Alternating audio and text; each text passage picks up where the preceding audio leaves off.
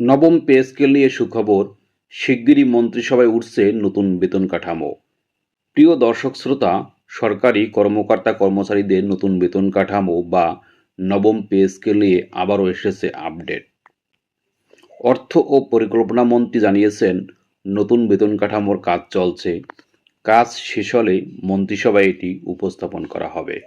আর উপস্থাপন শেষে মন্ত্রিসভা যখনই এটি অনুমোদন করবে, তখনই এটির প্রজ্ঞাপন বা গেজেট তৈরির যে প্রক্রিয়া, সেটি শুরু হয়ে যাবে। চলুন বিস্তারিত আজকে আমরা জানি। প্রথমে পূর্বের কিছু তথ্য আমি শেয়ার করব, তারপর আপডেট যে সুখবরের তথ্য পাওয়া গেছে সেটি নিয়ে আলোচনা করব। তাই ধৈর্য ধরে ভিডিওটি দেখুন ও শুনুন।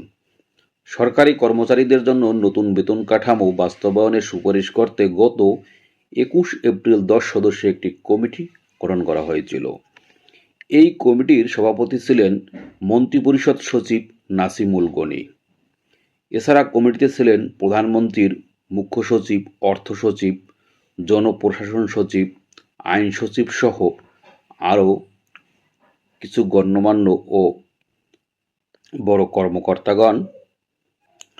তারা বেতন কাঠামো নিয়ে কাজ করেছেন। অর্থ বিভাগের সূত্র বলছে, কমিটির সুপারিশ এখন প্রায় চূড়ান্ত পর্যায়ে রয়েছে। এখানে আমি আইএমএফ প্রসঙ্গে কিছু কথা বলতে চাই। সম্প্রতি আন্তর্জাতিক মুদ্রা তহবিল বা আইএমএফ একটি প্রতিনিধি দল বাংলাদেশ সফর করে। অনেকের ধারণা ছিল নতুন বেতন কাঠামো বাস্তবায়নে আইএমএফ আপত্তি জানিয়েছে। আমরাও এটি নিয়ে সংবাদ করেছি, আমরাও ভিডিও করেছি যে আইএমএফ চায় না নতুন পে স্কেল বাস্তবায়ন করে সরকার অর্থনৈতিক চাপে পড়ুক। তবে এটি ছিল আমাদের মনে হয় একটি ভুল ধারণা। আমরা মূলত যেসব সোর্স থেকে বা সংবাদপত্র থেকে তথ্য পেয়েছিলাম, সেখানে হয়তো কিছু ভুল ছিল। তবে অর্থমন্ত্রী স্পষ্ট করে বলেছেন, আইএমএফ এর ঋণের সঙ্গে নতুন বেতন কাঠামোর কোনোই সম্পর্ক নেই। তিনি আরও জানান, আইএমএফ শুধু জানতে চেয়েছে এই অতিরিক্ত অর্থ কোথা থেকে আসবে, পাশাপাশি রাজস্ব আহরণ বাড়ানোর পরামর্শ দিয়েছে।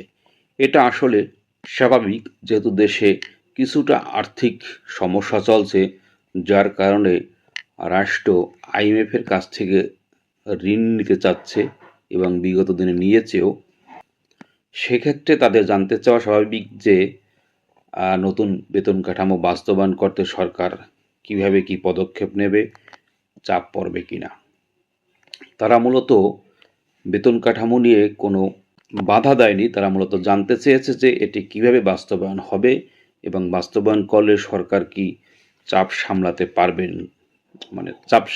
পারবে কিনা। অর্থমন্ত্রী এখানে স্পষ্ট করেই বলেছেন যে নতুন পে স্কেল বাস্তবায়নের সিদ্ধান্ত সম্পূর্ণ বাংলাদেশের একটি নিজস্ব বিষয়।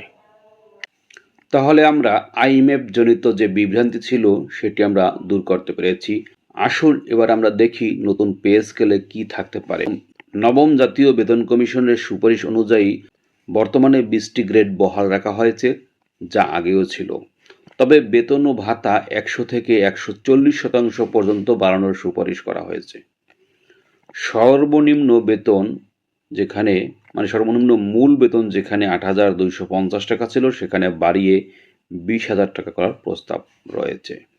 আর সর্বোচ্চ বেতন মূল বেতন ছিল 78,000 টাকা, সেখান থেকে বাড়িয়ে 1,60,000 টাকা করার সুপারিশ করা হয়েছে।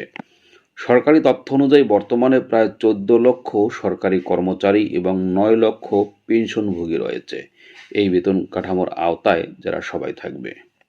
এদিকে কমিটির আলোচনায় ধাপে ধাপে বাস্তবায়নের বিষয়টি গুরুত্ব পাচ্ছে।